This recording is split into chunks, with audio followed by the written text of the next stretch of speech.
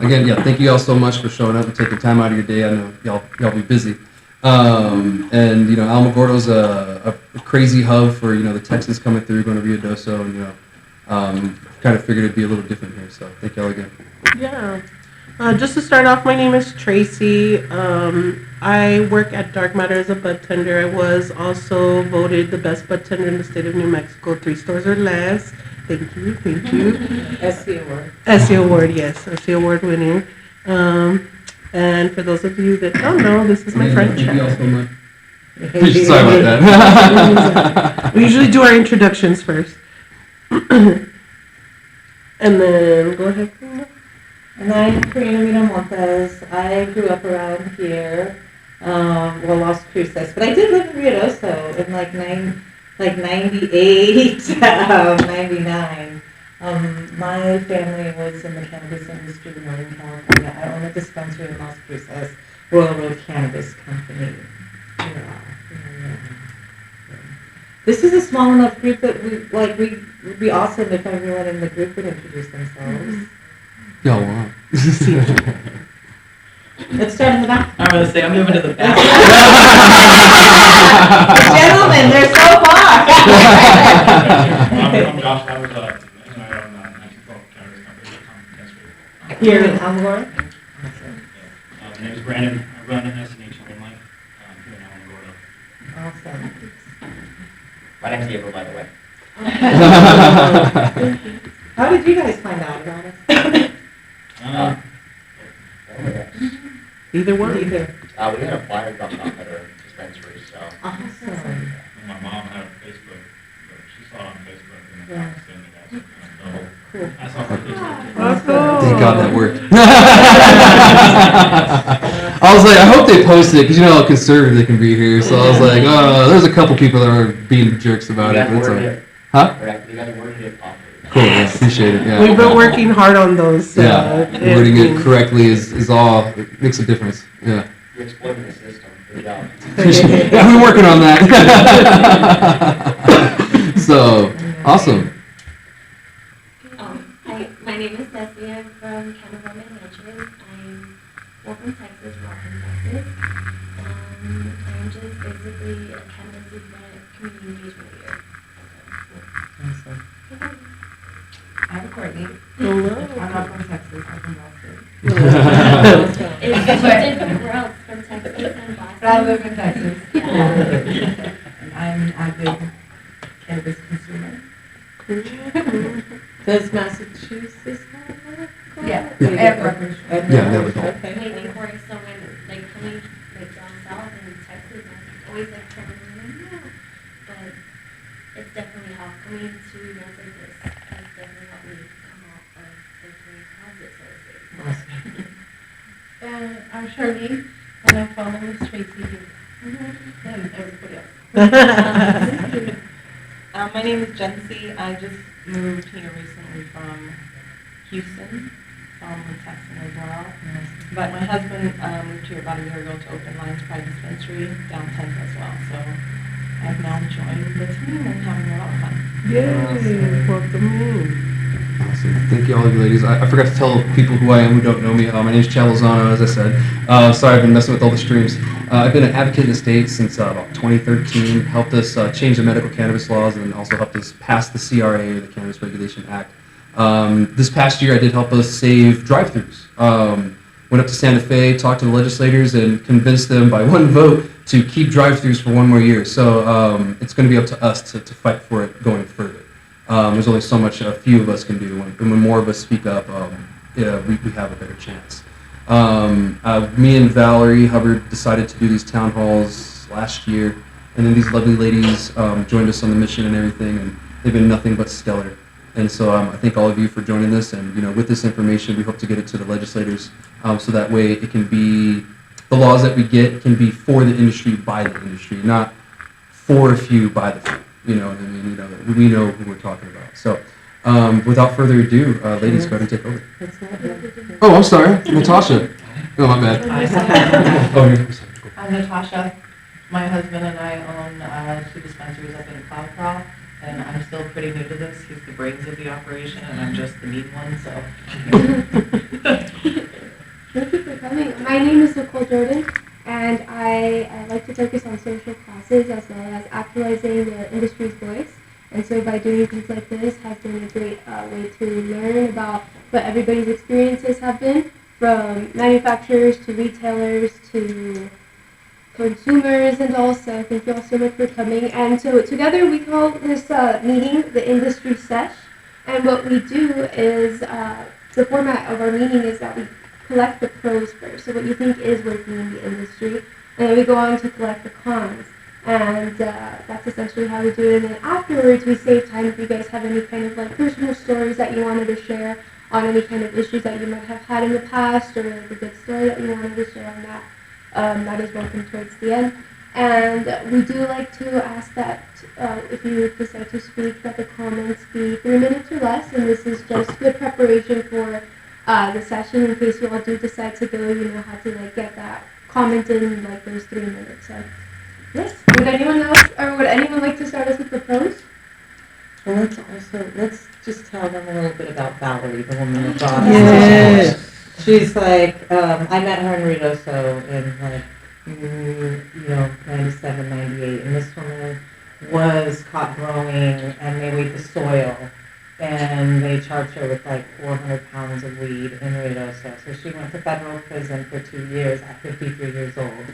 She's the one that kind of brought us together, and the minute she got out of prison, she went straight to Santa Fe and started working on policy. And she is a huge influence on all of us.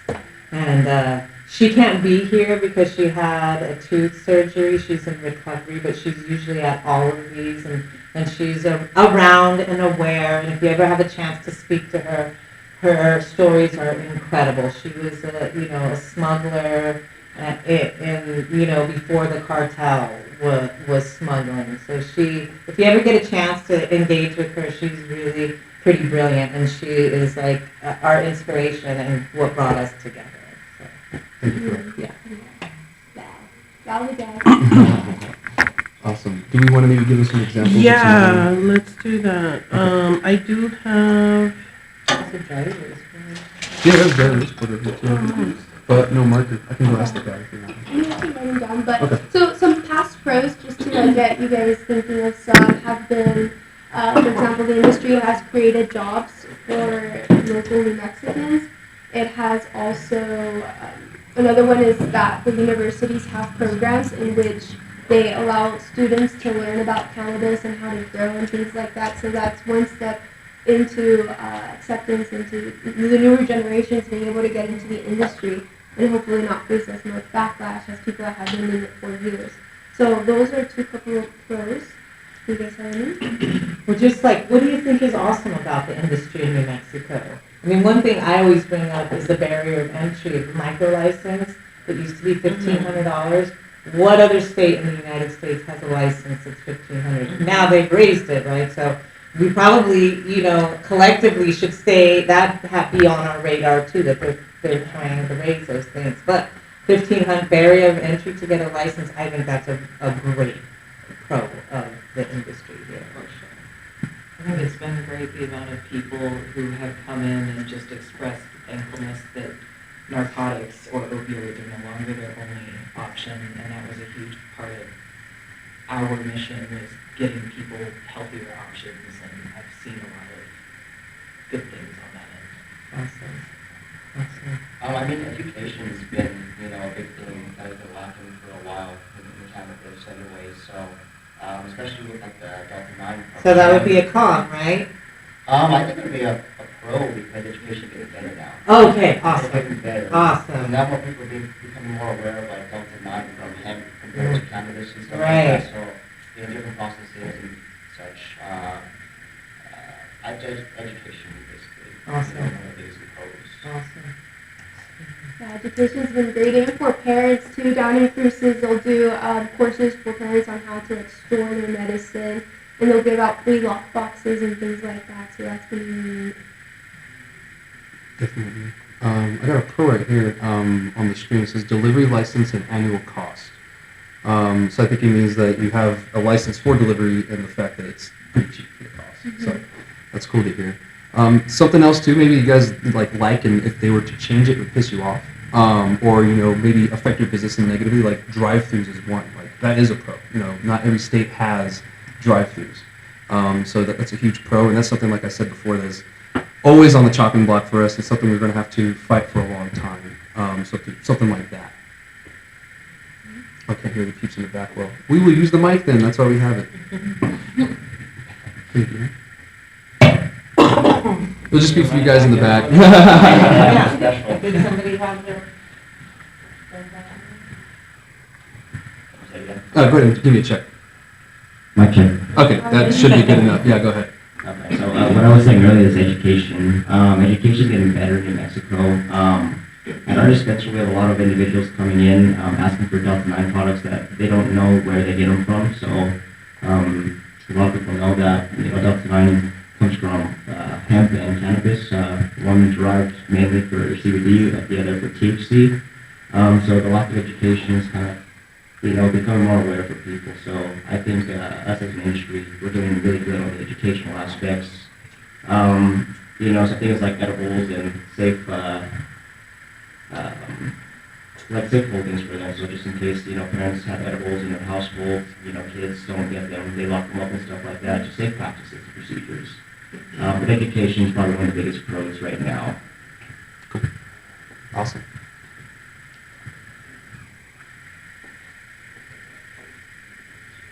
We saw some really neat educational stuff in Colorado when we did our town hall in Farmington. In Colorado, with all the concentrates, they give you a little sheet of, do you guys remember? Yeah, so the back of it will tell you numbers that you have access to. So like poison control, they have access to their website, their state website, how to read it. The first page is like all the laws, the rules and regulations of cannabis, how to consume concentrate. So like for all the concentrate that you were getting, you were required to receive that little handout. And it would tell you, like, if it's your first time, this is how big of a dab you're supposed to be taking. And it would look like that. And it was pretty neat to see that. And I think that's something that we can implement here in New Mexico on our own. We don't need the government to tell us to do that. That's something that we could all get together and kind of create, or someone can just start it. And it was a great piece of literature. I think Val kept it, right? I did. I took a picture, a couple of it too, and it was really informative. I loved it. It even showed you how big a dab is, just like a little diagram of it too, which is awesome. Because some people, even myself sometimes, take too big of and it can be wasteful. It's not just getting you too high, but sometimes it could be wasteful too. You're just wasting money. So it's good to know what the actual size is. I'm excited about the research and all of the new cannabinoids that are coming on the market. Like, I'm seeing more consumers coming in asking for, like, for example, CBN for the sleeping aid. And the more research that we do, the more it will be seen as a medicine. Mm-hmm. And so that's what I'm excited about, because most of our consumers are using it as a medicine. And would you say the research is being done by the consumers mainly, or by the producers, or I mean, I'm just a nerd. I just love to learn, so I'm always seeing all the articles that are coming up, all the blogs of all the new studies that are coming out. So I wouldn't say it's the consumers, but I am seeing that they're more aware of other benefits to the plant now. Hello. Oh, nice. Okay. Welcome. Don't worry. Yeah. Come on, sit up. Come up front. If you guys sit in the back, you got to use a mic. We can hear you better up front. All right. Thank you, guys. Hello. I'm sorry. Well, and there's a lot of other states that do use a lot of more cannabinoids. They're a little more comfortable with it. The West Coast definitely. There's formulations and tinctures on the West Coast that you don't see around here. And cannabinoids is part of the whole plant medicine. Yeah, 100%. I agree. More full spec. So we're just, we're doing some pros first for the industry, and then we'll move on to the cons. So if you guys have any pros that you would like to say that you think have been working here in New Mexico? Whether it's with the state, the CCD,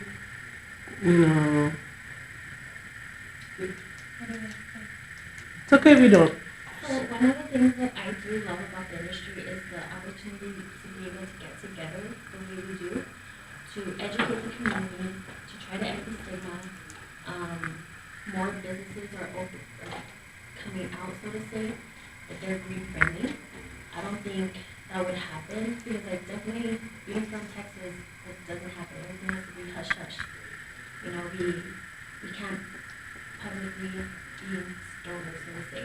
But most of us medicate. Most of us use it for, me myself, I use it for my back. I have really bad back pain. And I've been medication free for at least for sure 6 years. And it's what works for me. I'm able to still work. I'm able to still take care of my kids. I'm still able to function. So I definitely love that. And town hall meetings like this was never heard of before. It seemed like nobody cared about us. So now that it's happening, I really love that about the industry.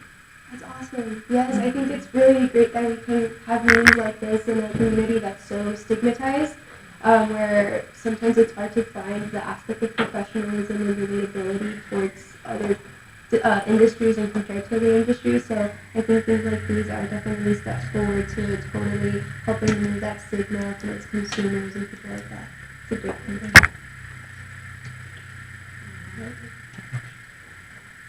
Okay. Anyone else?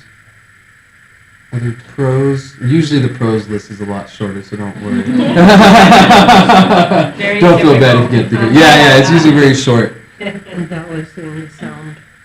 It's hard. Is it any good? Can't hear clear at all. That's. Okay, so now for the exciting part, let's go ahead and move on to cons. Unless you guys had any more pros that you wanted to mention? It's okay if you can't think of any right now. Usually we get the ball rolling with the cons, and then you're like, oh wait, this was a pro. You can always go back to that.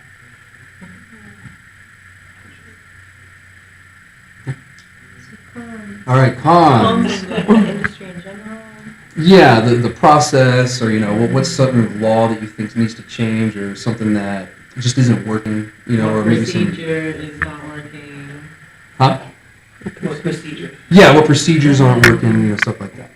Something as an example that we use all the time because it's pretty much agreed in all areas that we've been to. People have a big problem with BioTrack. BioTrack is the okay, so there we go. I'll say it. Go ahead, tell us. I feel like they could not have possibly, whoever made that in their brain must have been like, this is great, and no one else agreed with them.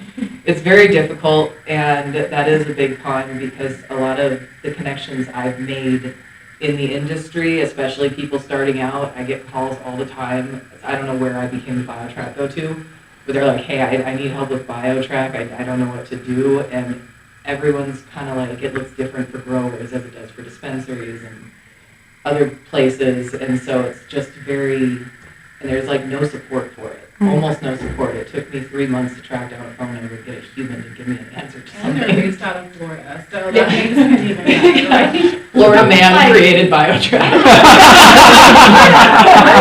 And I was like, are you asleep over there? Because it sounded like he was working from home one day, and I was like, They could have definitely made it a little more user-friendly just to make sure that all of us can remain compliant and stay on the same page and help each other, help ourselves, help the industry. And BioTrack seems to be antithesis.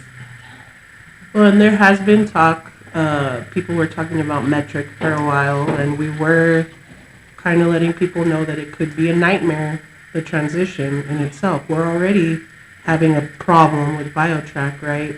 Why make it even worse with the transition, right? Yeah. Just some things to think about. Val was really adamant about letting people know to become friends with the people of BioTrack, whoever your BioTrack person is.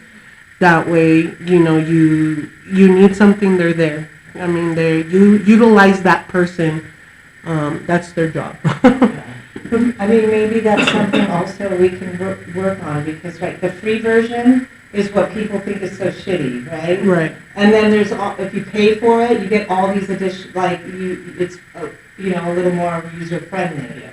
But maybe we ask for funding so that the free version of the state could have a little, you know, have a little more support or have a little more funding. Like, what's our solution for what's our solution for this We need thing? someone to open a YouTube channel that's a how-to. Right, and more The education. free and track, I thought about it a couple times. Right. Yeah, so those are the things you ask for. Those are the things, like, you know, we want to be solution-based on this, right? Not just be like, oh, it's bio-trash, like everyone says. Well, because, like, can you imagine transferring your whole, business from bio-track to Metro? We just swapped kind of sales systems, and that was a headache and a half, and the nightmare is still kind of following me. I couldn't imagine having like an industry-wide swap. That would probably be.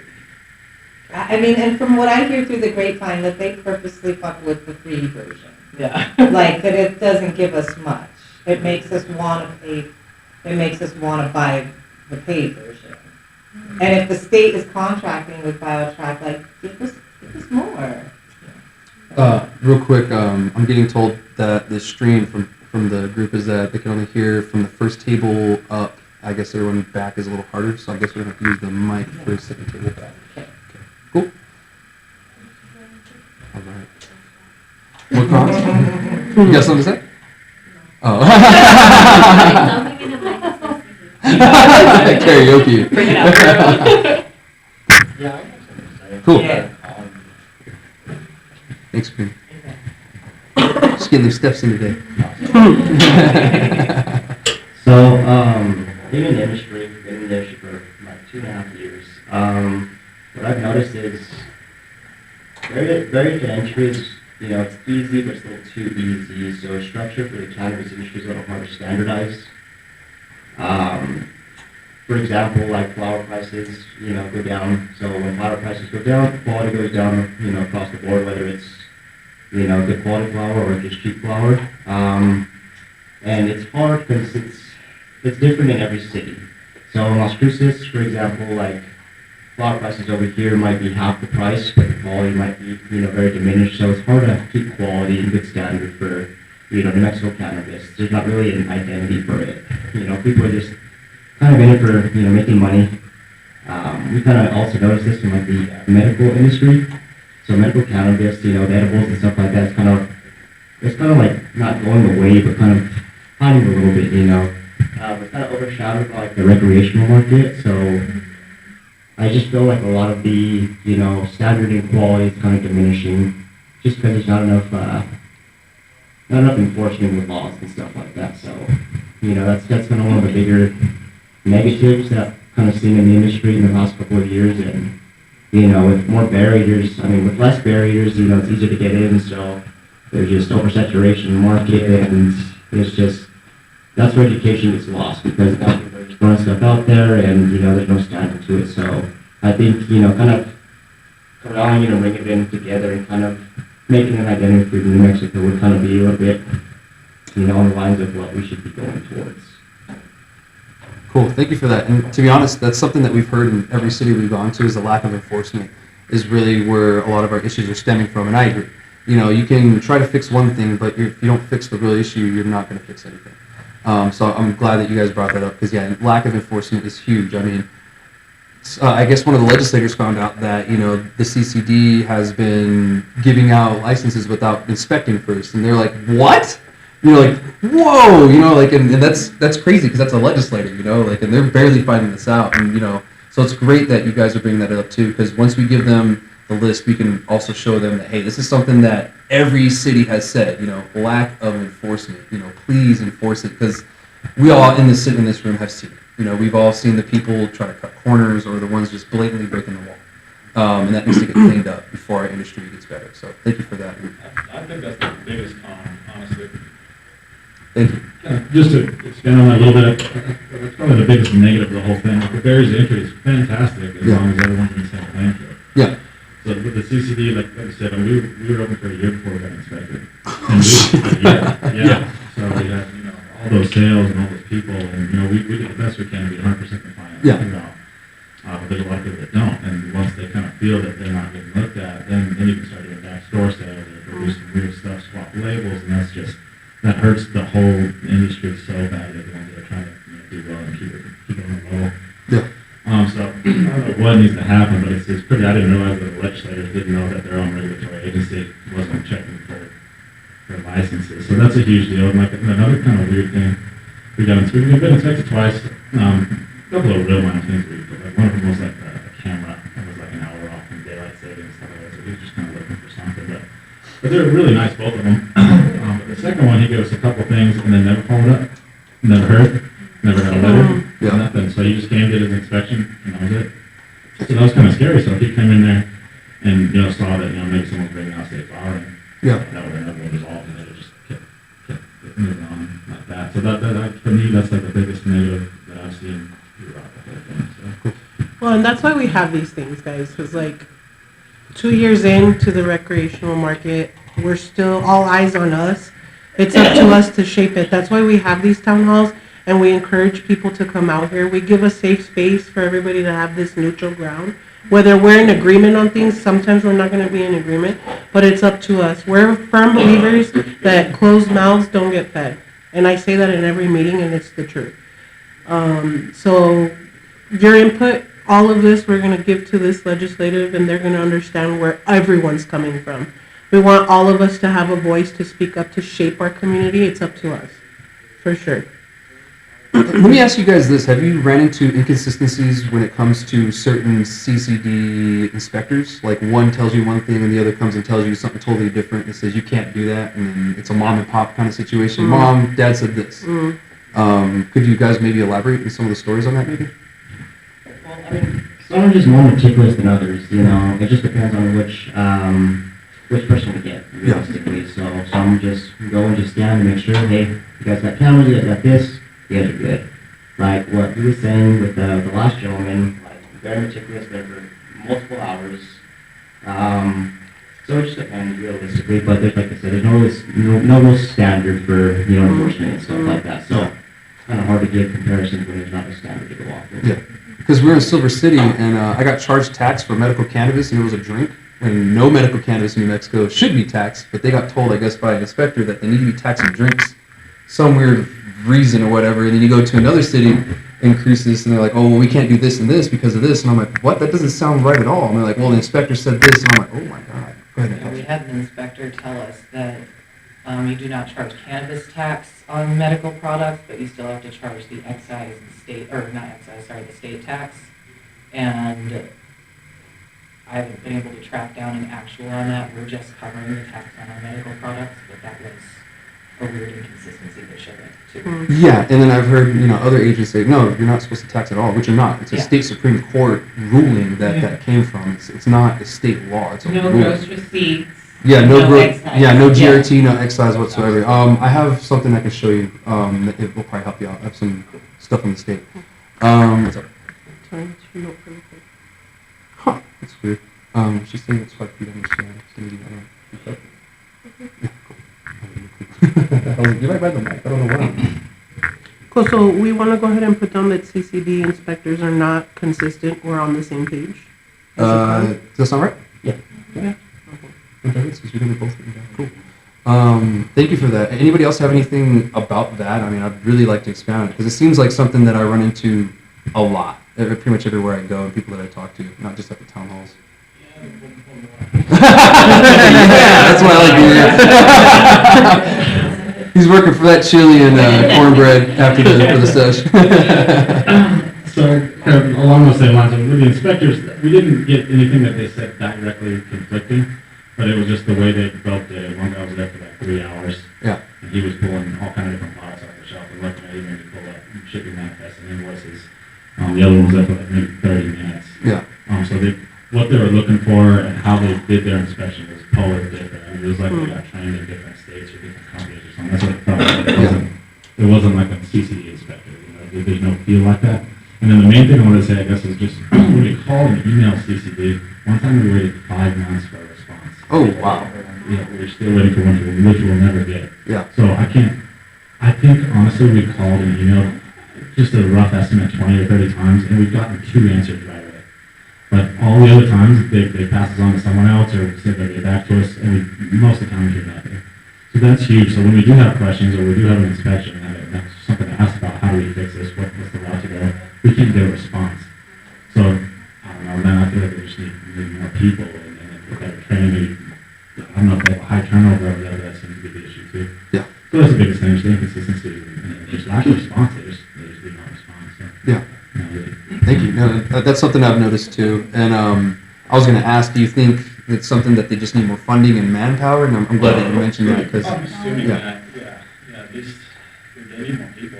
Yeah. And like that seems a little, like he even said that they've got all these inspectors going out and they're having a real hard time doing all the process. And he even said that, and it showed true, like we never got a corrective action letter, we never got any correspondence from CCD after the inspection. So it seems like a shorthanded thing, which I guess is, underfunding is the source of that. Yeah. So it sounds like we need some standardization for the ones that hold the standardization. Okay, cool. Thank you. That was really helpful. Anyone else?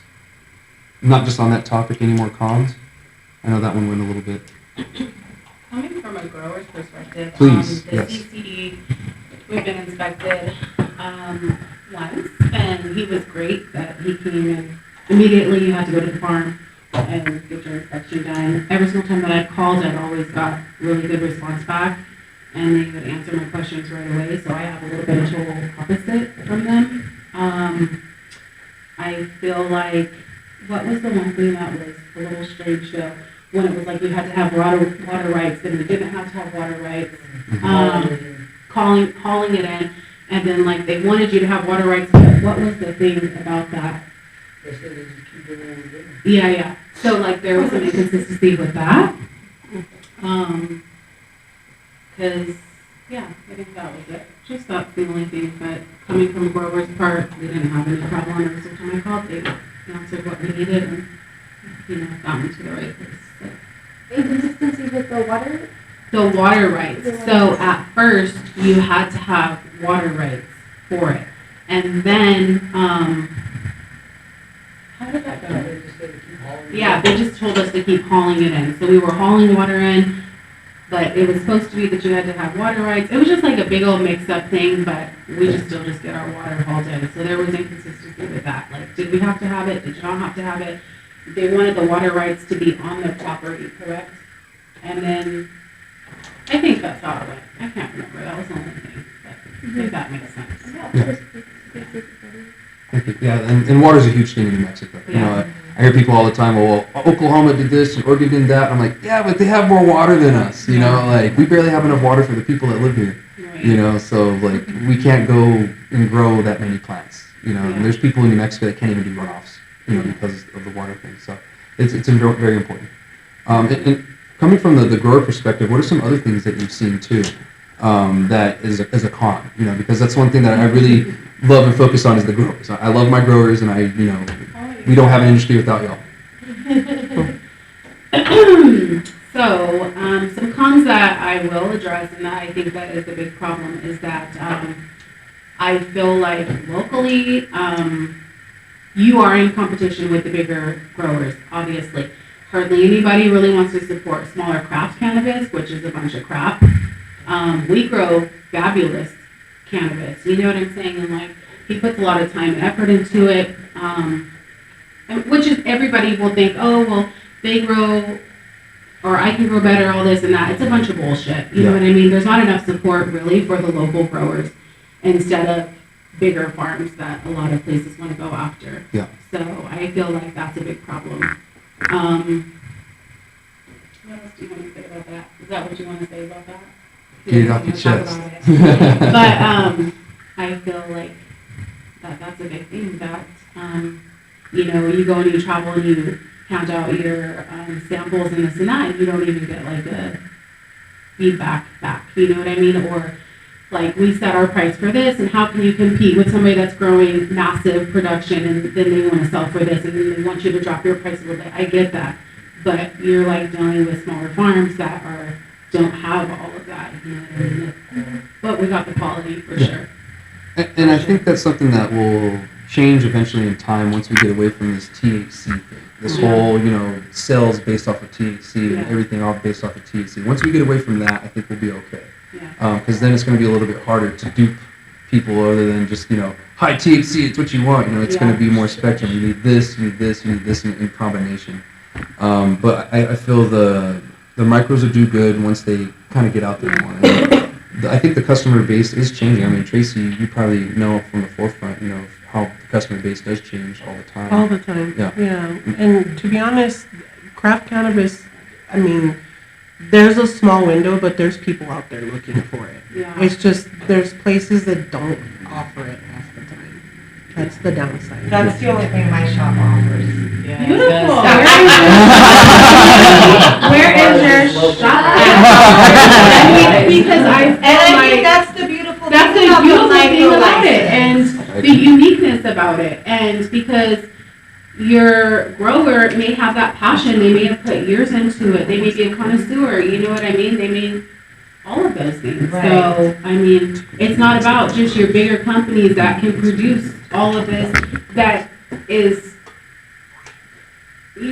And I not have think- that touch, I'm trying to say. And I you think know? we're one step ahead of a lot of other states because of the micro license. Like, I don't know if anybody watches the California market, but, it started craft cannabis, then it went to big corporate cannabis, and now there's like a loop, a turnaround loop where their true legacy growers, not the dirty 30, true legacy growers, they're being now like celebrated, and their breeding techniques are being celebrated, Right. and you have to look for craft cannabis, Yeah. even in Oakland. Yeah. Yeah. Yeah, but it's hard to look for it because it's like not readily available because of the price comparisons and things like that. You would say. Yeah, just, what do you have to say about it? Come on, just, It's just the price, nobody wants to pay, and, I know what I'm worth, and I know what my product's worth, and they just wanna go to somebody else that has that, a lot of consistency, but it ain't all, and even if you drop your price too, like, Yeah, sometimes. so like, we have indoor and we have greenhouse grown. And, a lot of people will see his greenhouse and be like, oh my gosh, this looks like indoor. Like, no crap, so, I mean, it's just. We're finding the right people though, we're doing Yeah. everything else. Yeah, and Absolutely. actually, real quick, someone in the chat asked what the name of your farm is. So, I mean, you guys are already getting Enchanted Farms. Enchanted Farms. Okay, so. Gigi grown. Cool. That's what it is, so. Yeah, Just that. to that. Yeah, go ahead. Thank you so much. Thank you, been away. Thank you for that. So yeah, so the retail, we fell on the same side, the big companies obviously are prices vertically integrated, so they can grow, produce, and manufacture. So they have a lot more resources, unfortunately. So it's a battle between all the small companies. So like for example, Alamogordo, there are companies that sell $2 grams out there. So for a retailer, it's kind of hard to kind of compensate for something like that when all the big companies are kind of, not playing fair. Yeah. So it's just like I said, that's why it's hard with the standard, because you go to Las Cruces, you can sell flour twice as much, and it'll sell twice as fast. It's just Alamogordo is such a small city that's kind of the identity right now. It's like cheap, and a lot of us individuals are trying to, bring out the quality. It's kind of hard to, even sell a $10 gram, because now people are just, they're expecting cheap weed, and it's, we don't want to buy something and undercut, the value of your guys' prices, and that's kind of like the transparency from like us small dispensaries, So like where we can find, a midpoint to kind of bring those kind of quality out in, that kind of makes sense with the structure, because everyone's structured differently, I'm glad you guys are finding new retailers in other cities and stuff like that, and that's the way you guys have to do it, unfortunately. Just because like small towns like Alamogordo, and I'm assuming other small cities are kind of the same way, they're just trying to fight for, the cheapest price and trying to get the El Paso people, the Texans coming in from, El Paso, going to Reynosa and stuff like that. So it's just all about money instead of quality. So that's kind of like where that kind of standardization of, cannabis in New Mexico is not really standard. It's just all over the place right now. And that's hard because it can affect payroll at that point, right? And you want to be able to pay your employees and you want to be able to pay them well, especially living in New Mexico. That's what this industry should be doing, is creating jobs. And if you have to cut your prices so much, then you won't be able to offer such high rates for your employees. So it's definitely a huge problem all around, that competitiveness with the big guys. But even like working like a deal maybe with like your local people, you don't know, like maybe they can give, you know what I mean? I don't know, just work out deals or something. You just don't see it very often, so, It's hard with vendor relationships. Is hard in Alamogordo too, because when we first started, I don't know if it's just the follow up in the industry as well. There is some lack of professionalism that I found in the industry, where I'm reaching out, I'm wanting to buy your product, we need inventory, and we're not getting any feedback.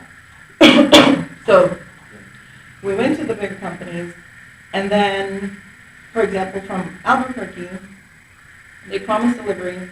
It wouldn't happen because no one else was buying in Alamogordo. So we're like, okay, let's switch it up.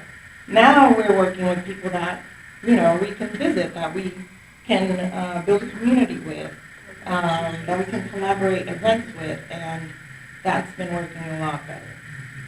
Cool. That's great. And I've seen a lot of people, have success with that. Cool. And I have something here from somebody on the chat on YouTube that said, I'd like to suggest more descriptive labeling requirements from labs and producers. A large part of educating consumers, in my honest opinion, is proper labeling showing terp content and minor cannabinoid plus THC.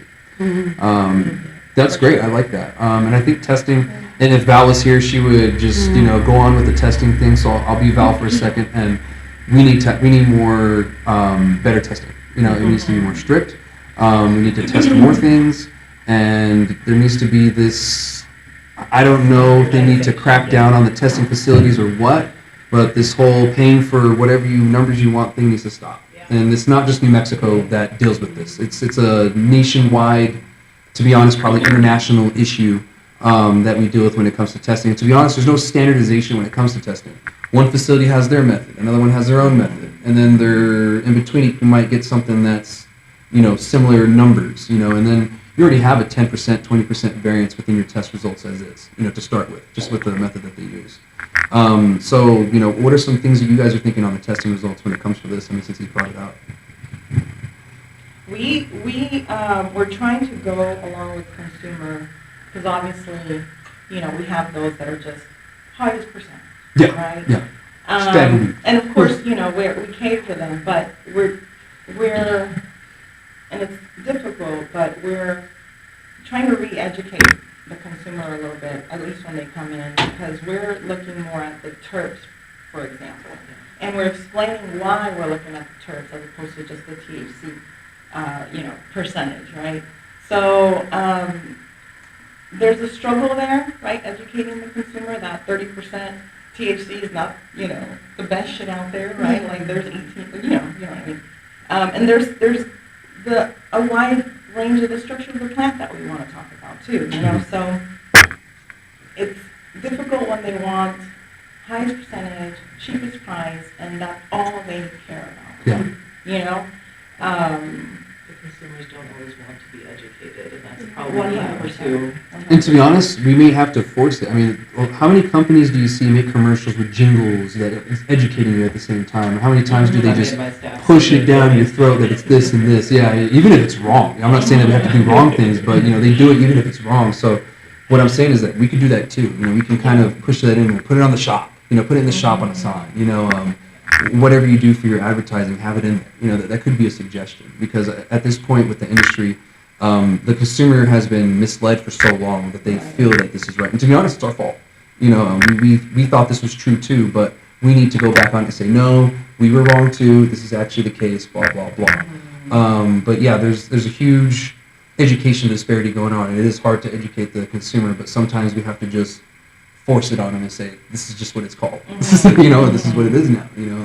It sucks, but And remove the and Band-Aid. we've turned people away that are looking for that cheap brand. It's like, Yeah. we're just not gonna play that game. Yeah. And, I think in all legalizations, when it goes rec, year 2 to 5, it gets bumpy, people run into the industry, right? You have an oversupply, and so now they have to drop their prices or they're gonna be sitting on it. So we just have to, I keep telling my husband, we just have to ride the wave, continue to, educate the consumer that we're, not here to just make a buck. Like, we're in it for the plant medicine side of it. We're in it to educate the consumer and not just make a cheap buck out of people. I'm hoping that the town is small enough that the ones that actually are doing the right thing will kind of be able to ride the wave and make it through. Yeah. Once we get the enforcement thing down, right?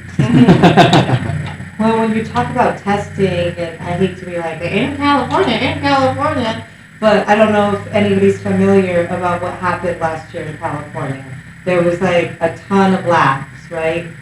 About 60% of them closed down, and the 30% that were left were state standardized. And so all THC numbers came down because everyone had the same standardization of testing. Mm-hmm. I don't know if there's any other states that are like that, but that, when it goes back to standardization of testing would be key, right there. I think Colorado did something similar. Yeah, they did something similar too, because they both kind of cracked down on it, and it worked.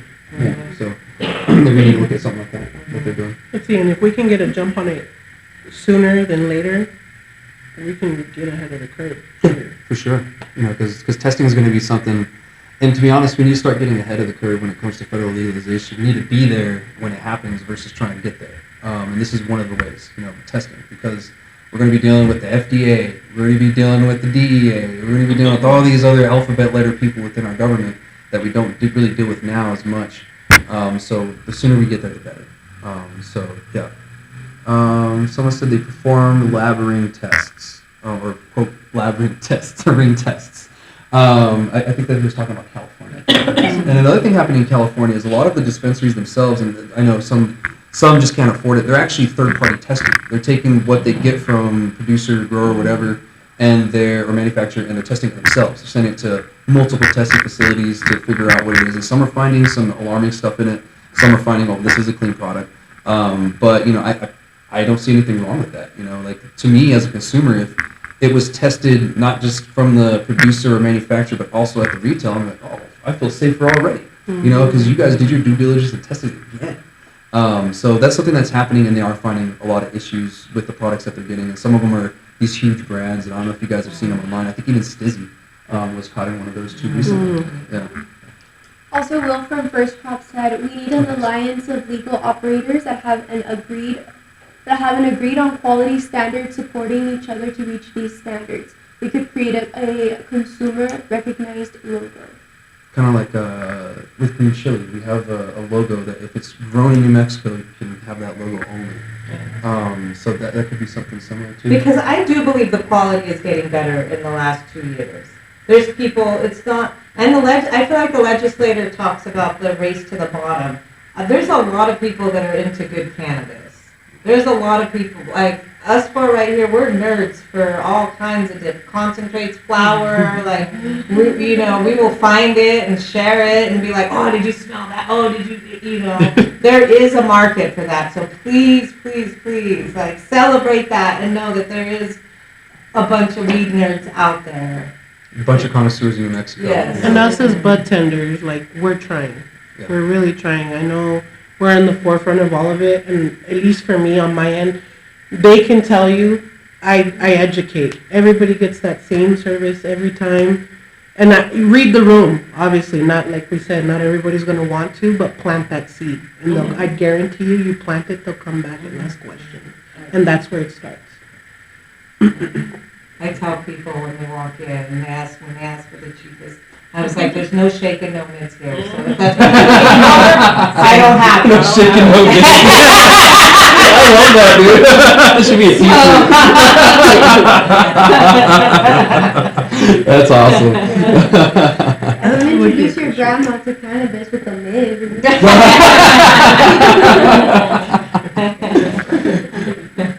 Awesome. Well, I guess we'll stop talking about testing for now unless something else comes up. Is there anything else con-wise you guys want to bring up? I mean, do you feel the process of allowing cities this much power? Do you think that's kind of, because, the power they have now is they can get rid of drive-thrus if they want, consumption lounges, et cetera, et cetera. But to me, that's kind of interesting because we don't allow the cities to ban cannabis sales at all. So why are we allowing them to ban drive-thrus and consumption lounges too? So in my opinion, we kind of allow the cities to have too much power than what they really should have. Because the consumption lounge thing should be a great option for people because now we're finding more people want to do that. They don't want to go to a bar at all. Like people that don't drink and don't want to be around it, they'd rather go to consumption lounge. And now I went to Collection 420 yesterday. They have an awesome setup. They have a smoking area where you consume cannabis and you can eat there, but they also have a non-smoking consuming area where you can consume edibles, their food and everything that'll be infused and all that. And I think that's a great option. I didn't even think of doing something like that. Having two areas, two options for people. So, we have things like that, and that's something that should be celebrated. But we're kind of hindered by allowing the cities to have this stigma still about cannabis and to allow them to ban drive-thrus and to ban consumption lounges, which, to be honest, sometimes is a little ridiculous. Alamogordo used to have all kinds of bars. I'm from here originally, if you guys didn't know. I was born and raised here, graduated in '06 from Alamo High. My dad was a teacher here, Miss Lozana. Did middle school in Mountain View for like 25 years, him and my mom. And it could be something for Alamogordo. This could be something that Alamogordo could benefit from. This could be what the missing link is. And I don't know if consumption lounges are allowed in the city or not. The current mayor won't allow it, but he's only got a finite amount of time. So. Exactly. And if we change the law, he can't do anything. So that's kind of where I'm going. What do you guys feel we about that? haven't gotten clarity from the city because we've been proposing different cannabis consumption lounge options because we have the capability to host amazing events. Yeah. But we haven't gotten clear answers from them, and it's just a little frustrating because, like you said, the demand is there. Yeah. The statistics, like people are saying "fuck alcohol" now, Yeah. which is amazing, right? Oh, I agree. So there has to be a place where they can consume. For example, tourists, most of the time, they have to stay at an Airbnb or hotel. You can't smoke there, right? You can only smoke at your home, for example. So we have over 1 million tourists come through Alamogordo on a yearly basis. Where can they, hang out and consume, right? So the city still isn't even clear on how and what they're going to allow. I think the Space Hall is missing a great opportunity. They've got like 3 floors they aren't even doing anything with. Dude, I want to get stoned to go look at all the space stuff. Like maybe have a space bar at the top. Also, I want to say, remember the money that cannabis is bringing. So you do have a voice in your city. Just like the amount. What are we at? We're like the state is at the poorest state in. One of the poorest states in the United States is at something like, we're hitting super high, numbers for tax revenue. So one of our biggest things is like trying to teach you guys to stick up for yourselves, like whether it's city or state. So remember that you have all that money behind your voice when you're talking to the city, when you're, asking these questions and they're stringing you along, it's a new day. You deserve to hear answers from your city officials too. Yeah, and show up to city council, or county commission hearings as big in numbers as possible because they want to hear from you and they have to. So it'd be important and who of you to do that. I got a comment here from someone that says Alamo doesn't have the city manager that sticks around, and so it's difficult to get the town involved to know anything about the cannabis industry. Yes. Every 6 months. That's a good point. Yeah. See, and so for me, I guess the con would be because I would be devastated if consumption lounges were to get banned because I love getting together. We network. Where can we go? Yeah. I mean, so many of us consume, yes, at our home, in our basement, whatever, but I mean, some of us do want to get out. And we want to have the bar scene without the alcohol, but where else are we going to be able to go? Yeah. If the consumption lounges get shut down. Yeah. But like also, what about like people like me? Because I would love to host events. I have like there's just so many ideas that I would love to do, and I forgot the term, but it was brought up at last meeting about like giving out like I guess temporary Picnic license? Yes. I would love something like that because I don't want to open a full consumption lounge, but there's some events that, I mean, some people will just love to partake. For example, like Paint and Puffs, like, there's so many artists out There'll there. be one Sunday at Stogie's. Yes. There's a Paint and Puff. And that's the consumption lounge in Alamogordo, right? It is, Love yes, it. it is. Love this, okay. You guys gotta check it out. Oh, yeah, I love It's it. so dope there. Okay. Yeah. Heck yeah. Yes, Stogie's Hideout. And they just got all of the Bigfoot stuff. With all Yeah. the cloud. Oh, that's I cool. pulled up there, I was like, you fuckers got all my Bigfoot shit. You gotta look out the window and look at it. But no, it's awesome in there. They've got a great little vibe environment. They do have a They're good vibe in there. It's so cool. working really hard to be for the people too over there. Yeah, this is just me asking personally. And do you- also, when Lions Pride gets theirs too, they have a nice outdoor area. It's gonna be dope. So, yes. And that's another thing, they're allowed to ban outdoor smoking. In Doña Ana, the whole county, you can't smoke outdoors. Even in your backyard, you're technically not allowed to smoke. So all the consumption lounges can only smoke inside. That's Doña Ana County, yeah, just the county. And so the city followed suit and they did the same thing. But I think in March, they're voting to change that. So in Christopher, hopefully can get something, because we have 2 consumption lounges and they can't do outdoor stuff, because of that stupid ban. And that's kind of where I'm going at. I feel the local jurisdictions have too much power still.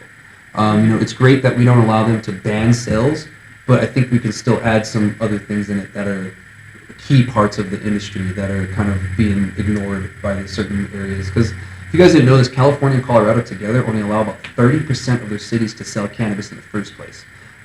So these are seen as liberal cities or states, and even only 30% of those cities sell. So doing that here in New Mexico, we could probably get a better amount of consumption lounges and drive-throughs if we didn't allow that. And to reiterate, drive-throughs did win by 1 vote. And that representative that voted yes, she's not running again. Or she didn't run again. So I don't know what's going to happen. So drive-throughs are in danger. Just keep that in mind, okay? Yeah. Val wanted me, sorry to bring it back. Rewind. Val wanted me to remind you about ring testing. Oh, okay, yeah. I had mentioned it in passing. Yes. But yeah, the Carver Family Farm mentioned that they performed lab ring testing. Off the top of my head, it left me on what that is. So I can't think of it right now. Do you remember what ring testing is? I think it's like She said to ask Andrew if he's in the chat. Okay. I don't know if he is in there. I don't know if he is or not. But Andrew, if you're in the chat, go ahead and let us know. I can't remember it off the top of my head right now. I looked it up a couple months ago and then I forgot since then. Val, what is it? Yeah, Mel, tell us what it is. We'll wait for her response and then we'll keep on with the conversation. So anybody else with cons? No? Other than social media struggles. Oh god, yeah, there's nothing we can do about that. Yeah. All of us sitting up here deal with that. Yeah. Like poor Nicole, she like on the 4th. She like downloads the app and she's already banned.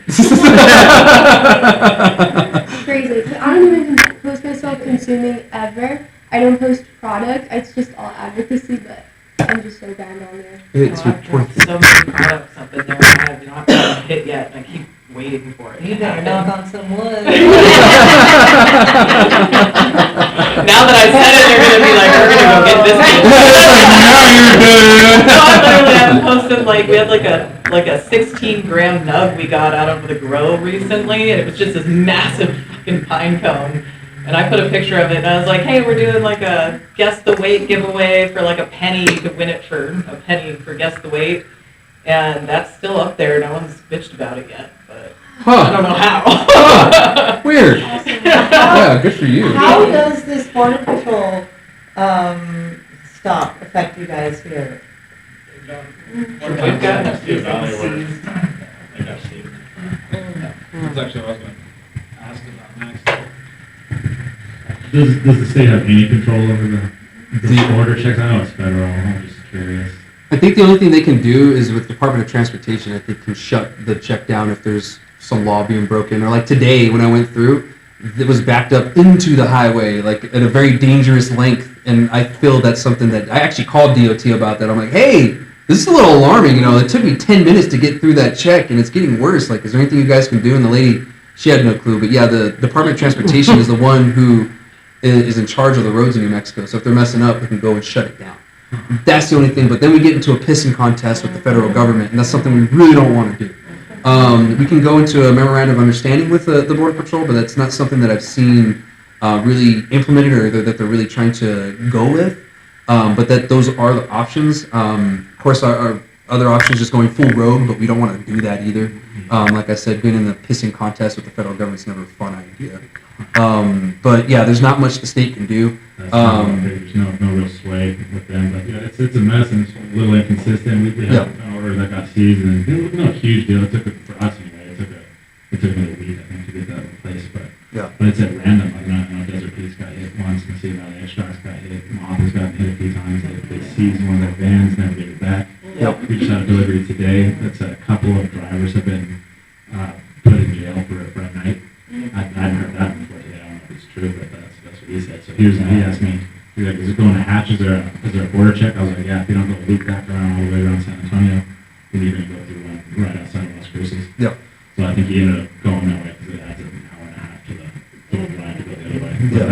But it's an issue here with us for sure. Yeah, and it doesn't seem that the federal government is going to be any of help. Our federal representatives in the state have proposed things, but it takes more than just one of them to kind of do something, and we're seen as low priority as being New Mexico in the first place. So it doesn't seem that we're getting any help from the federal government anytime soon. There is a lawsuit. Nicole, you probably know more about the lawsuit than I do. But there's a lawsuit that's going on right now. I don't know. What is the status of that right now? Is it? Okay. Yeah. There's a lawsuit that's going on. Don't know much about it, but it's manufacturers, producers, type of thing. Yeah. There's a bunch of that put together. Yeah. The plug, so they might know more about they know a little bit more about the details of the plug. Yeah, there's a couple of news articles that have talked about it right now. Huh? At least someone's kind of pursuing that a little bit. Kind of change it. That's just a crazy it's always problem. like numbers are greater. No, it definitely is a big concern, especially we're mainly from like the Sunland Park Cruces area, so you hit a checkpoint wherever you go.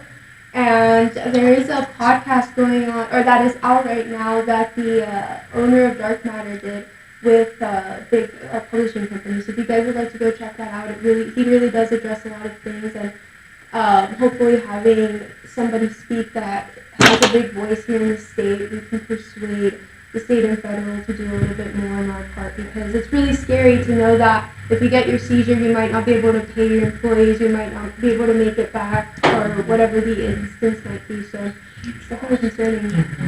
Yeah, it is. And then High Maintenance, who's one of the ones that, the plug, did both things. They said to give their number to you guys. So at the end, if you guys want to get in touch with them, I can get your contacts, because you guys deal with the border check, just as much as Cruces does. Yeah. You guys have two of them in the area. I've dealt with those my whole life. I hate them. Hate them both. So, they're a good one. And another one that I wanted to remember. Oh, actually, sorry. Let me get to this first before I forget. This is the ring lab testing. So it's multiple labs get the exact same homogenized sample and all send it to a third-party lab. Okay, that's what I thought. I just wasn't sure. The results are overlaid and compared to see who falls outside of the ring of acceptance variance. I don't know how tight the tolerance is, or how it came to be, or who got denied after that. My understanding is that the end result were not public, and that skewed a lot of the process. So that could be a route that we could go to. I think that's a very good thing. It's essentially what I explained to you guys earlier. What was happening is, that's ring testing. But yeah, I just wanted to mention that before I got ADHD and forgot. What's up? One's going to take a picture of that. Oh. I'm just listening to her. Okay, cool. Sorry, communicating with Val, just so I'm not being rude. And I just remember Val also wanted me to let you guys know that there is a chamber for micro businesses. I can get you in contact with Jeffrey Castillo from High Lonesome, and he does that stuff. So if you guys want to be a part of that, they're fighting for the micros, and you guys get a voice too. So if you guys want to be a part of that, get with me after this, and I can get you some. Cool. Okay. So you can just follow that. Cool. Yes, pro about this is that we can find the community within each other and resources to help us and hopefully guide us in the ways that we can all succeed in the industry and also. Awesome. Well, other than border check-in, I mean, how are the Texans?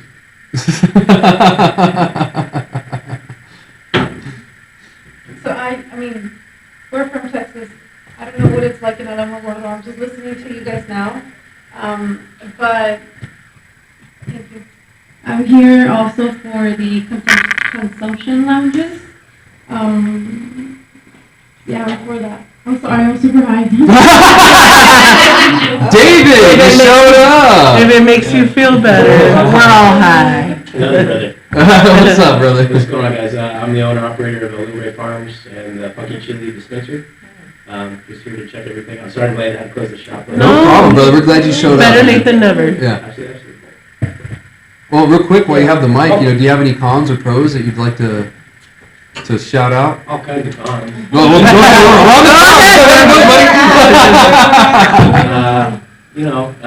it's been a wild ride the last 3.5 years. It really has for everybody, I think.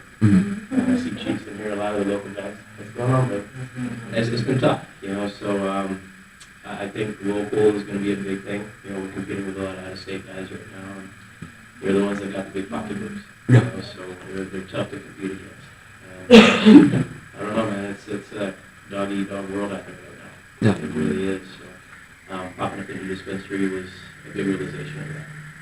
So we're steady going up, which is good, especially in the industry right now. Yeah. But our biggest thing is we got to grow good smoke.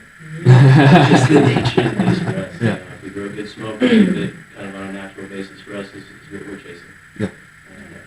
But cons, man, we're competing against a lot of money.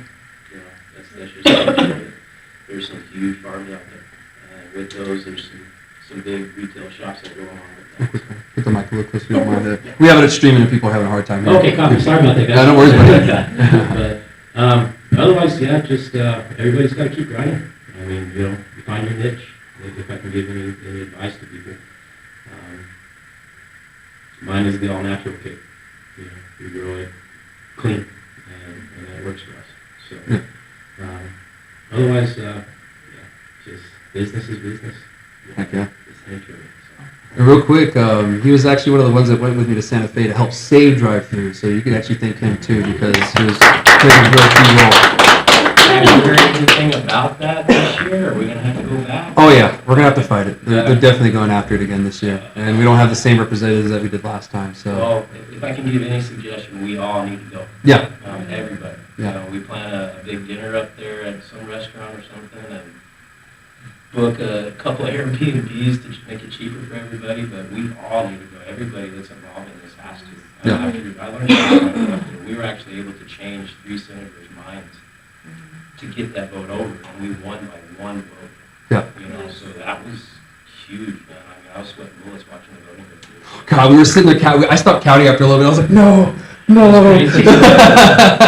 that, you got your Republican and your Democrat, and typically they vote all Republican will vote Republican, all Democrat will vote the Democrat stuff. And seeing the horse race go with the cannabis stuff, it was really even. So it's an industry that we're actually able to convince Republican and Democrat to vote our way. It doesn't seem like there's really a party stipulation on each, you know what I mean? So for us to influence these guys is huge. We need to be there. We have to be there. If we can come up there with 100 business owners and really show that, hey, we're making $1 billion for you guys now. Yeah. Stop messing with us. It is $1 billion, right? I keep wanting to say $1 billion. But Chad, I remember also saying that, they have like gift baskets from breweries and stuff like that, and they're asking for the cannabis. So I think we should put a basket together for the 60 days, of all our brands of rubs, And they were asking for it. They're like, where's the cannabis? We want to see it here. We want someone rolling for us. And I was like, the at the legislature in Santa Fe. Okay, with people samples and stuff like that. So yeah, they have a green room. The legislators. There's like a Hotel La Fonda, and there's a green room there. So during or after sessions, breaks, whatever, they'll go in there, chill, talk to people, lobbyists and stuff. But they have local beer, local wine, local food, local snacks, and they're asking us, well, where's the cannabis? You know, we have all these other businesses, where's cannabis? And they even ask us, where's the rest of the cannabis businesses? You know, we want you guys here. We want to know what you guys want. And that's why this exists too. Is because of that request is what they want to know. But if we go there and tell them directly, it holds way more power than, you know, just the industry session in general. They actually pulled us onto the floor. Yeah, They that was pulled us fun. onto the floor, Yeah. introduced us as the cannabis industry, and I'm Yeah. like, there's a lot more of us, you know. There's a lot more. There's power in numbers, guys, and if we go, just think about it. If it was what, 5 of you that showed up, and it, you know, it took 5 of you, and this is just in this city alone. If we'd go and, you know, everybody in this room show up, let's think about the other cities that we visited, and we all go. Could you imagine the minds that will blow out there? Like, we gotta get more involved. Because they're gonna change the laws on us if they don't. Yeah. You know, And they don't know anything about They're cannabis. misinformed, that's exactly it. They allowed us in with alcohol, and we gotta realize and tell them that we don't have a medical alcohol program. Exactly. We have a medical cannabis program now, there's a big difference, you know, so. That's we true. gotta chase that.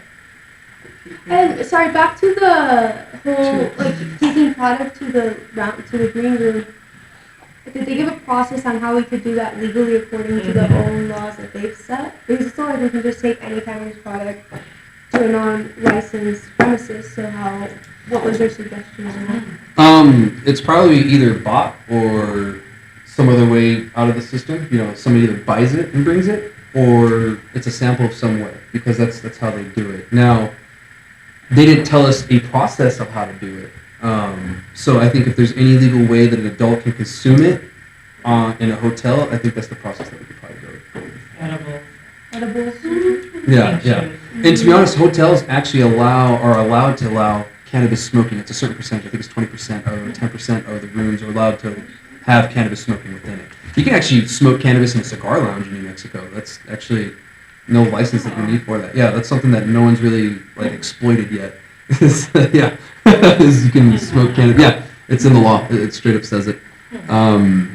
But yeah, that's one thing that we really need to wear. And if you are going to go to the Santa Fe, have your running shoes, because I do tend to just run after legislators. If I see them, I will let you know. But if you see me running, you should run too. So have your running shoes, because sometimes you got to chase them down.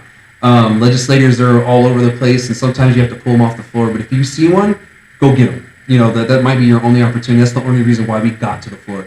And I even told them I'm looking for a certain senator. Like where? I was like, we went to her office, couldn't find her, and I just happened to see her, and just boom. And that was what we needed. If it wasn't for finding her, it wouldn't have passed. We would have no drive-throughs right now. So that's how important it is. You know, literally the skin of our teeth is how we kept that, and all of us about had a heart attack when it passed. So awesome. More cons? Anybody? While we're thinking, Val wanted me to remind everyone to use your phone to contact your legislature. That's what she said. Okay. And what she means is that you can email, you can call. I would call. When you call your legislators, they have to either listen to what you say, or their assistant has to take down what you said and give it to them. Either way, they have to read or listen to what you said. When it comes to email, though, I know like those fancy ones where you just copy and paste and sign your name. They don't read those. If they notice that it's a copy and paste, they delete that. So at least add 2 paragraphs, a paragraph, a couple sentences of your own words so they actually see it. Put it at the top, and then leave the copy and paste crap at the bottom, because they know, they're not dumb. They know that it's a copy and paste thing, and they're just going to get rid of it. Yes. Do you have a copy of that sample, just for like? Do you have a copy of that sample, like that we can kind of follow? That you said that we can edit? Usually, like normal and everything, they're the ones who have those copies and paste ones. Yeah, well, normal in general, pass on normal. Yeah, they have generated ones, and usually they just have like a form, and it'll send it to your senator right away. With those, they don't read them. You know, they understand that they're copy and paste kind of situations. Now, if you do that and add because I think you can add your own bit to it if you want. At the beginning, if you add your bit, they'll read it. Right. So like I was kind of thinking, I help my brother and my dad a lot, right? So if I wanted to go, I couldn't bring them. Could I bring a letter on their behalf and kind of say, hey, look, these are still people, they count, this is a written statement, blah, blah, blah, or do I send it to them? How does... You can do email, you can do letter, you can try to do it in person. I've never done that myself, like write it and then hand it to them. That could be an option. Can non-Mexican residents do that then? I don't see why not. Because they're just listening to you. You don't have to tell them, hey, I'm your constituent. You just tell them, hey, this is what I'm thinking, blah, blah, blah. Because normally when you do call, they ask you where you live, blah, blah, blah, or that. Or it could be an important bill, and you just tell them, hey, I'm from New Mexico, this and that, and I want this supported. But you could also tell them, hey, I'm actually from Texas, and this, but, I support this and this. I don't see anything wrong with it, Especially because of tax dollars. Exactly. That's a tax dollar person talking to them. Well, and to add to it, that's their medicine. Yeah. As a medical patient. Yeah, true. From Texas, I come here. You do have reciprocal. Yeah, as a reciprocal state, I come here to get my medicine, and I think that this law, X, Y, Z. Yeah. Yeah. So yeah. And that's why drive-throughs are important to a lot of us. Exactly. And that's where we go back to, we don't have a medical alcohol program. It's a circle of life. So yeah, I know we were talking about last time that, there's so many patients that cannot come. I mean, it's a hassle getting their walker, or it's a hassle getting, sometimes it's so cold and your bones hurt, and you're just like, I don't want to get out of the car, and you want to be in PJs. Drive-thrus are very, very important. And as Texans, it's just right there, a quick drive and then a quick drive home. They're just, we definitely gotta fight for those. Yeah. And now your parents, they love them too. And consultant. Well, I will. They're my baby. I'm dying just to, I don't know why, to have the conversation about those grows that just we're trying to take them out, that we're doing human trafficking in Shipper Rock in Farmington and then in Estancia, because I truly believe that those are the ones that kind of fucked up the market. They flooded the legal market with like a ton of weed that's shitty and sorry to be so vulgar, but and illegal and human trafficking and what's the opinion of you guys know about this that's going on? There's no stopping. What are you going to do to stop it? You know what I mean? It's bad. It hasn't stopped. Well, they closed one now. Right, but the thing about it is it's too easy to be able to file track Colorado bud, Oklahoma bud. It's too easy. I've been doing this for 3 years now. I've been in over 290 dispensaries. And with that, I've seen it all. And it's still going on.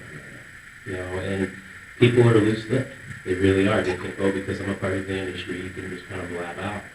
And it's still going on, guys. It's not something that... So enforcement, back to enforcement. Yeah, back to more enforcement. Right. More enforcement. Building relationships with your local people. Right. That's the thing. Locals, Back to building relationships and networking with maybe people that are around you, get to know them, and what are you guys looking for? Hey, can we work this out? That's a big thing too. What I would think. Right? Yeah, since we opened the dispensary, I've been offered $200 pounds from Colorado.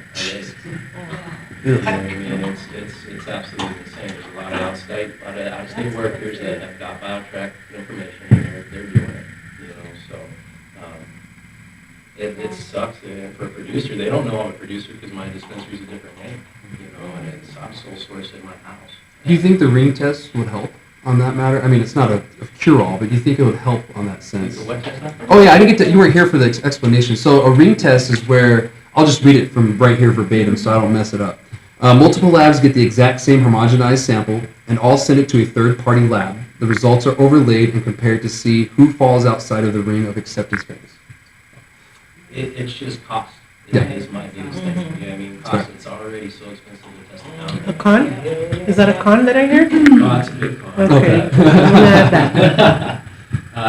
Testing's a big thing. We're allowed 15-pound lots, and I grow outdoor, and I have genetics that I'll grow 50 pounds, and so to have to test that same genetic 3 separate times for that testing just doesn't make sense for us. Now you're talking about $800 worth of testing. So it's tough. It's tough to try and manage, okay, we really want to produce a good, clean product for our consumer. But then two, we want to make sure everything's tested and done right. So, I mean, it's a fine line, man. It's a tough industry all the way around. But we got to kind of look it up with the food industry, too. You know, same thing. You know, whatever is going into our food, they test it, they do their rounds, and we need to do the same thing with cannabis. But they're limiting us on the 15-pound limit. That's really tough, especially for larger scale growers. So I don't know. It's going to be a tough one to try and figure out. Site visits, I think, are going to be huge. Trying to really dig deep down into BioTrack and where exactly did you get this from, I think would be something. A lot of audits on production and especially manufacturing. Yeah.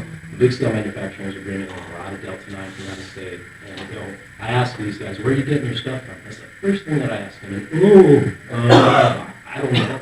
That's from my boss. You know what I mean? It's like, holy crap, man. You know, these guys should have relationships with the farmers. That's why I work with Farmers Quality and John. They're local. You know what I mean? He's from here. He's established his business here and he uses local product. You know, so those are the guys that we got to find, we got to work with, you know, stick with those people. Because the out-of-states are coming, they offer cheap prices. I got $4 gummies right now that they offer me, and I'm like, no, I don't know where your Delta 9 is coming from. Yeah. You know, so it's gonna be a hard battle. It's always gonna be that way. And maybe we need to start doing that too, just individually. Like, well, if I don't know where it is, I don't want to work with you. That's harder to do than said, you know. But that might need to happen more. I also want to add to report anyone breaking the law. It's our industry to protect. That's Val wanted me to put that out there. There's this whole thing about, oh, I'm a snitch if I do that. You're not being a snitch. You're protecting the industry. If you see something wrong, report it. It's not fair for those companies that are doing it by the book, that have, you know, spent time, most importantly, money. I mean, it's not fair for those of you that are doing it right, and then for these people that are cutting corners, you know, that don't go get inspected, but yet you got inspected 9 different times in the same year, you know. So just some things to think about. And real quick, I want to reiterate that calling your representative is always the best way to go, you know, versus anything. Just give them a call. It's quick, easy, and they have to take that note down. They have to let the representative know. Yes. Yeah, I'll go back on that. I've heard quite a bit of, like, you know, producers from Albuquerque and a lot of retailers that know that CCP is not going to come around, so they don't really, you know, rip out their license right away, sell back their work, or, you know, legal, and then get their license back on track, and that's why they're kind of staying, you know, afloat. So it's kind of like, the enforcement is a big thing, but, you know, priorities are the bigger thing. You know, they're prioritizing the wrong things. You know, we're trying to get more enforcers, but, you know, there's people that know how to exploit the system, unfortunately. So, I think that's kind of a big, you know, negative right there, just because everyone's on a different page. Yep. So, not being able to get, you know, like this standardized product and stuff like that. As you were saying, products coming in from Colorado and stuff like that. A lot of people are exporting the THCA. So a lot of them bring it in because it's technically not illegal. Yep. You know, in all 50 states, so people bring it in, they outsource it, and they put it in their vapes and stuff like that. So there's a lot of gimmicks out there, you know, and that's why I think education it's doing good, but it's still lacking in certain areas just because of privatization. Yeah. So I think we prioritize, you know, if they want to save the market. Yeah, 100%. Thank you for that.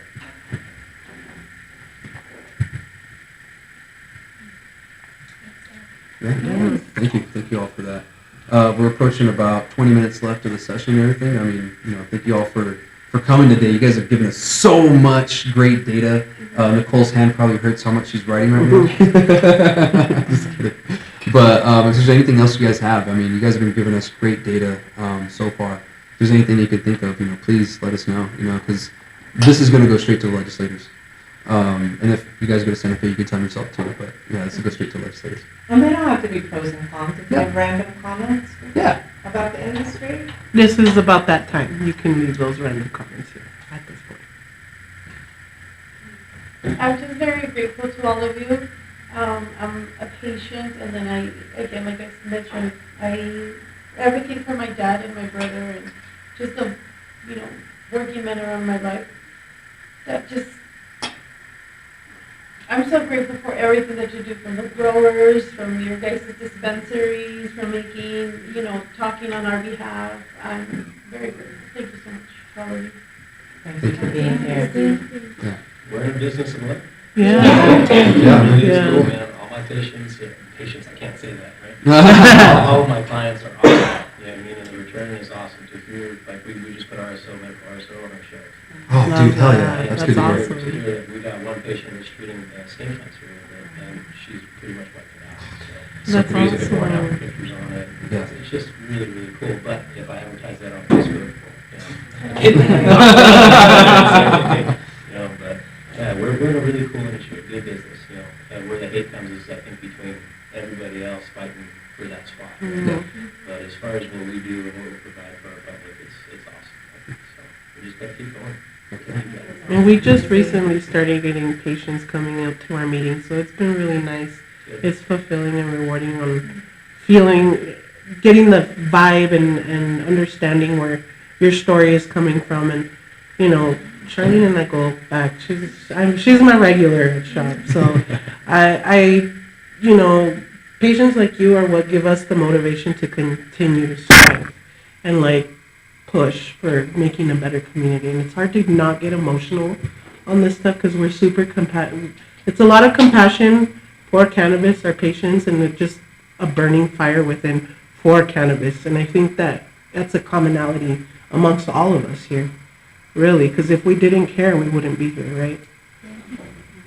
We can complain and complain and complain, but it's up to us to make that change, and we're already doing it here, taking those steps. So we appreciate you guys coming out here.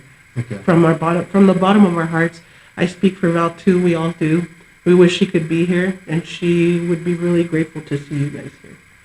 Really. She would, yeah. And she's watching right now, so. Yeah. We definitely all have one thing in common. It's that we love cannabis, and it's really awesome that you all are able to provide that for other people and better the quality of lives and bring down narcotic use and bring down hopefully additional medication that people might not need because they can rely on other things that they know are safe to purchase and put into their bodies with certain conditions. So thank you guys so much for everything that you all do. Truly.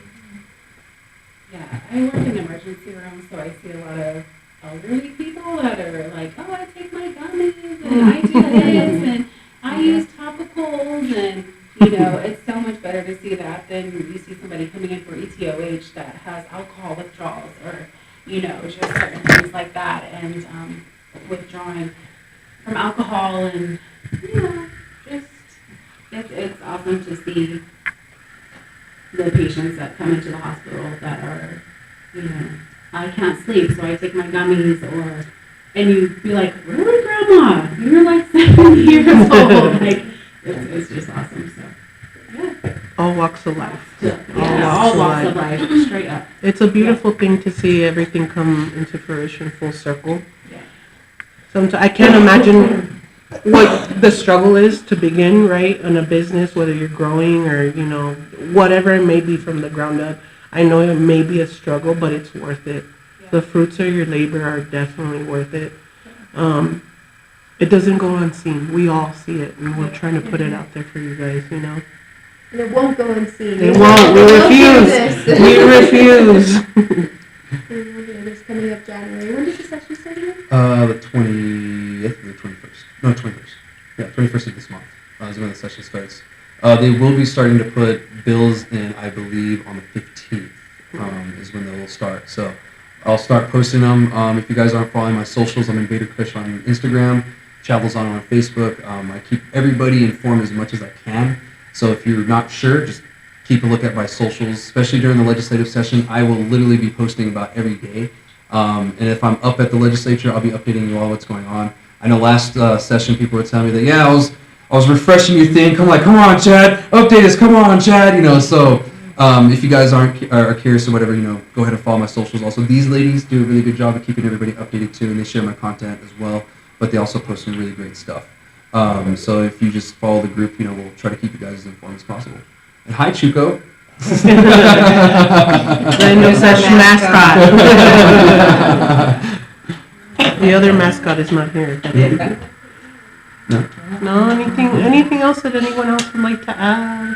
Just speak up. I always like to say that. Speak up, whether it's city, state, speak up. We're $1 billion strong Yeah. right now. So we have a voice. Yeah. So whether it's... That a boy.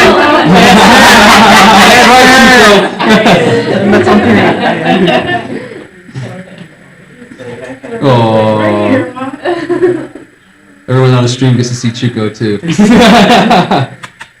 Chuko. He's a puppy. Okay. Well, if you guys don't have any more cons or pros to mention, I think that concludes our industry session meeting. Thank you guys so much for attending, making time out of this. I know, like, the week after holidays is one of the craziest ones going back into chat, so we truly do appreciate you all making time to be here. Thank you for Yes, thank you. And if you guys would like, we usually take a picture afterwards, so if you want, stick around, we'll take a group picture. Also, we're going to be having some chile and some cornbread at my parents' house for the after session. We're also going to be session. If you guys would like to show up there too, get with me afterwards, I'll get you the address. Oh, quick shout out to Chad's mom. She was actually the one that got us this room. Yeah. The billboard outside, so thank Yeah. you. Yay, Chad's mom. They're the ones who dropped off the flyers too, so Yes. even more shout out to them. So that's where you guys saw, and thank you all again. So. You got us